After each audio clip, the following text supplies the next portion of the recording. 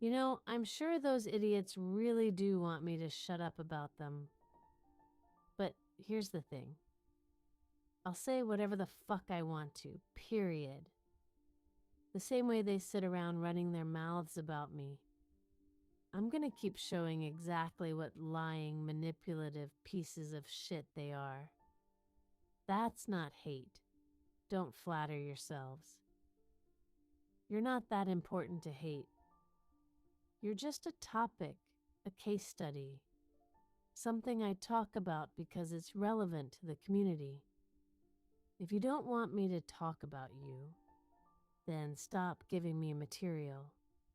Stop lying. Stop scheming.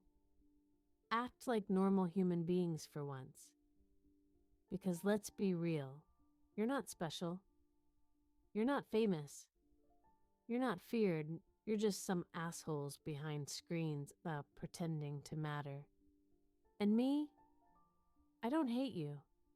I don't even think about you beyond this. You're not personal. You're content. The case of deflection and delusion. At this point, nobody can say they didn't see it coming. The spiral was predictable, almost textbook. 1 minute, case studies was pretending to be the voice of reason, and the next, he was pointing fingers at every corner of the internet, screaming DWTH, or Toddy, or she's stalking me, like a man auditioning for a one-man paranoia show. It's not even shocking anymore. It's just pathetic. He's reached the point where anyone who dares to question him instantly becomes one of his imagined enemies. The logic doesn't exist. The evidence? Also missing. But logic and evidence have never really been his strong points, have they? He's too busy rewriting reality in his own head and expecting everyone to clap for him while he does it. Here's the thing he doesn't get, or maybe pretends not to get. This isn't about Truthy. It's not about DWTH or Toddy or whatever name he wants to throw at the wall this week. It's about him, his manipulative tactics, his constant need to weaponize fake victimhood every time someone exposes his lies. But of course, he knows that. The truthy distraction is just one of his favorite magic tricks, a way to shift the spotlight off his own behavior. The irony is thicker than the fake sincerity in his live streams. He claims to be the smartest one in the room, yet he still hasn't realized that everyone's onto him. The cycle is the same. 1. Accuse. 2. Play victim. 3. Rage post. 4. Delete. But people are waking up. The outrage feels recycled. The excuses sound familiar, and every time he tries to silence critics, more eyes open. In the end, that's the thing about manipulators. They always reveal themselves. You don't even have to expose them. Just give them enough time and they'll self-destruct, live streaming every minute of it for the same applause that stopped coming a long time ago.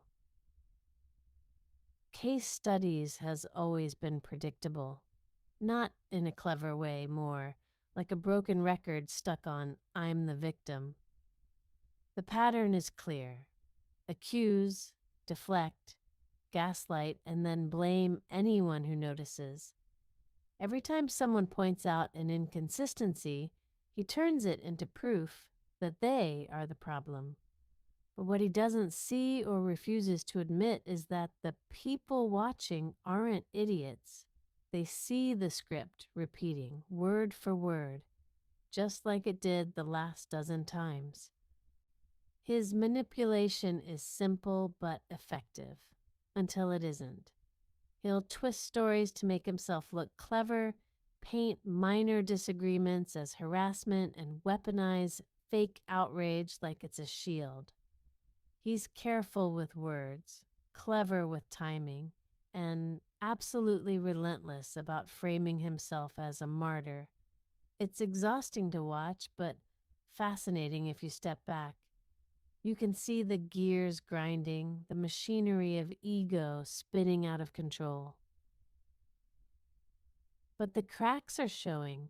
Followers start noticing the contradictions. Facts no longer line up. Accusations that once seemed shocking now look rehearsed. The more he tries to control the narrative, the more obvious it becomes that the control was an illusion from the start. And when the illusion breaks, the panic is spectacular. Threats appear, posts vanish, explanations multiply, everything gets louder and messier. And yet, he still refuses to acknowledge the simple truth. This isn't about anyone else. It's about him. The chaos, the anger, the paranoia, it's all the result of the manipulative tactics he has built for years. Every post, every accusation, every public meltdown is just another act in a long-running performance. He wants applause, attention, validation, and when it doesn't come, he lashes out. The irony is delicious. The harder he pushes, the more the audience sees him for what he is. Not a martyr, not a hero, not a voice of reason, just another manipulator trapped in his own story. And when a manipulator like him starts to lose the narrative, there's nothing left to do but watch the spiral accelerate. Because that's what happens when you build a house of lies. Eventually, it collapses. Case studies is learning that the hard way. The chaos didn't start with the latest scandal. It didn't start with a restraining order, a live stream, or an angry comment thread. It started quietly, behind the scenes, with someone who knew how to turn tragedy into entertainment. Someone who understood that outrage could be currency and that gullible people were the easiest tools to wield. This is the story of that spark, the one that lit a fire so big it consumed reason, empathy, and truth. The one that showed how a few manipulative people could take control of entire communities, turning fans into weapons and morality into a performance. It started with Sir Morbid. Opening chapter: the origin of the deception. Before there was Case McGoofy, before the mods turned into enforcers, before the chaos swallowed what was left of reason, there was Sir Morbid. That's where all of this started. He was the blueprint, the manipulator who discovered how to turn tragedy into entertainment, outrage into income, and gullible people into loyal soldiers. And behind the scenes, he wasn't acting alone. He was working with Christy Blanchard and Gypsy's online minions, all quietly coordinating narratives to keep Gypsy relevant and profitable. The goal was simple: keep the drama alive, no matter who got hurt in the process. Morbid's fingerprints are on everything that came after. His smirk, his tone, his tactics, they all trickled down into a new generation of wannabe manipulators. Case McGoofy watched and learned. The moderators, Hate E. Joyless, Hello Starlight, and Quiche copied his every move like loyal students in a masterclass on deception. None of these people ever cared about the case. They cared about control, about views, about power. They learned that outrage sells and empathy slows down engagement. The more they could divide people, the stronger their following became. But now the cracks are showing. The same audience they trained to hate is starting to question them. Quiche has been exposed this week, her lies unraveling in real time. The receipts don't match the stories don't match the behavior, and the excuses are getting weaker by the day. And she's not alone. Hate, E. Joyless, and Hello Starlight have both been caught twisting narratives, gaslighting people, and stirring up chaos under the illusion of defending someone. The truth is, they've spent the last 2 years destroying reputations, mocking mental illness, and dividing communities, all while preaching morality they never practiced. They used real people as props, turning online strangers into weapons against each other. And yet, the public still falls for it. The same manipulative tricks still work because most people don't take the time to research or think for themselves. The word crazy gets tossed around so casually now, anyone who doesn't buy what they're selling becomes the next target. But it's not madness to question manipulation. It's not insanity to demand truth. The real insanity is letting people like this weaponize your emotions while pretending to be heroes. Some of their followers aren't bad people, they're just lonely, desperate to belong to something. They found a group that gave them a sense of purpose, a place to vent, a cause to believe in. But the leaders they trusted twisted that loyalty into ammunition. They used them like a shield, like a weapon, and threw them away when they outlived their usefulness. It's time to stop clapping for the performance. It's time to wake up, step back, and look at the pattern. None of this was about justice. None of this was about Gypsy or truth or right and wrong. It was always about control, money, and attention. And it all started with Morbid. Part 1. The Morbid Show, Deception for Profit. When people ask why someone like Sir Morbid would run a con like this, they forget his history. He's always thrived on cruelty and controversy. That's his brand. If he couldn't shock you, he couldn't control you. Long before the Gypsy circus, his name was already attached to ugly behavior. He built attention through shock value, mocking tragedy, pushing lines decent people wouldn't cross, and acting as if empathy was a weakness instead of a strength. Every new scandal was just another tool for engagement. The worse the behavior, the higher the clicks. So when he jumped into the Gypsy story, it wasn't because he cared, it was because he saw an easy way to monetize outrage. The anti-Gypsy movement gave him an army and a paycheck. He was at the top of the food chain again, feeding on conflict, playing both sides when it suited him. The pattern never changed. Create drama, play victim, cash out. Even the fundraiser for that so-called vigil fit the script. Money was raised, emotions were milked, promises were made, but when the day came, the stage was empty. All talk, no presence. All cause, no conscience.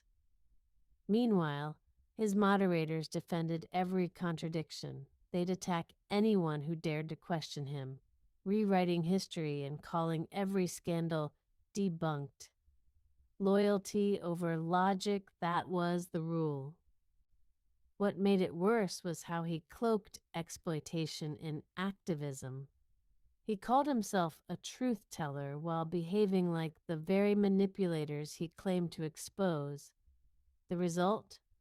A community built on performance, fake rivalries, and endless infighting, all designed to keep Gypsy's name trending and his revenue flowing. He wasn't a leader, he was a puppeteer, and everyone who kept clapping for him became part of the act.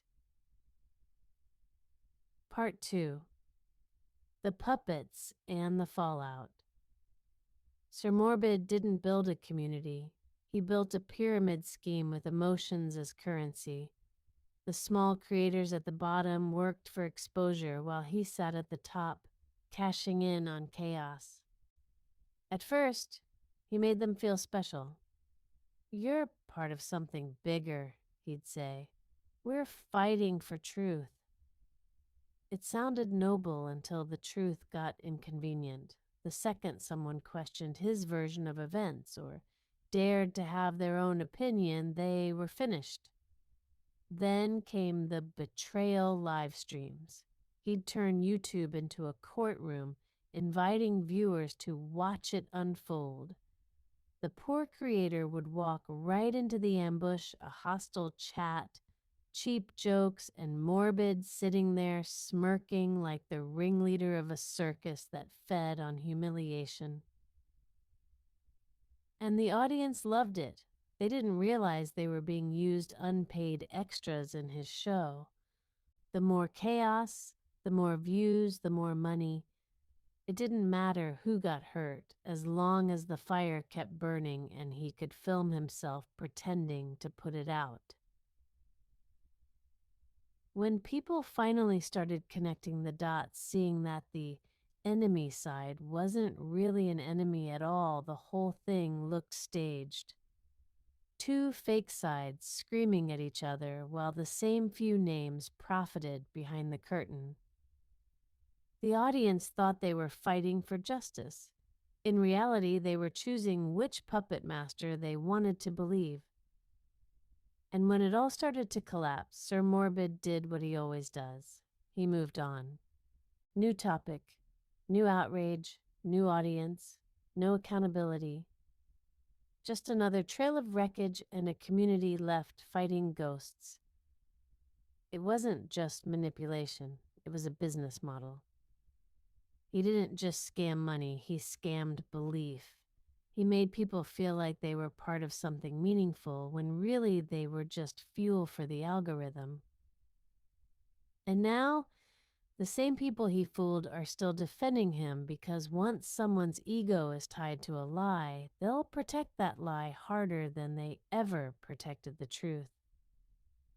So now, Case McGoofy is out here pulling the same tired stunt again, pretending he's in danger. He moves through the "I'm threatened" stages faster than a toddler goes through moods. First it was, "My wife is clearly being targeted."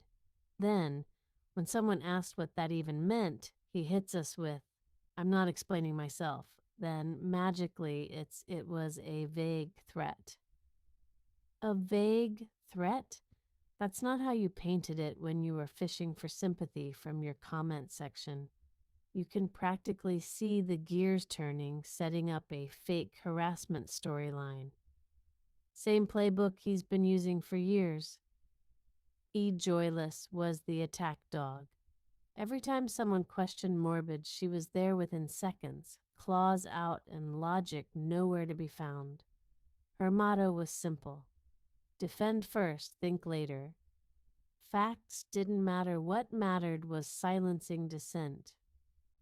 "Hello, Starlight," the emotional manipulator would start soft, pretending to be understanding the voice of reason before turning niceness into guilt trips. Loyalty became a leash. Quiche, the self-appointed truth teller, thrived on confusion. Sure, critics stayed disoriented. Together, they kept the illusion alive, attacking critics, gaslighting followers, and spinning every exposed contradiction into a misunderstanding. The audience keeps feeding it. Every view, like, and comment fuels the manipulative engines of Case McGoofy and Sir Morbid. Most people think they're witnessing truth or choosing sides, but they're actually part of the performance. They cheer every staged conflict, every manipulated story, every humiliation. They think they're morally superior, but all they're doing is reinforcing the cycle. The manipulators provoke, the unstable react, the mods enforce, and the audience applauds, keeping the system alive. Part 7. The ripple effect, beyond the drama. This ecosystem rewards cruelty, chaos, and emotional exploitation. Real victims of harassment, abuse, or manipulation are left unsure who to trust. The line between genuine danger and performative victimhood blurs. People stop speaking up because they fear being gaslit, mocked, or dragged into the spectacle themselves.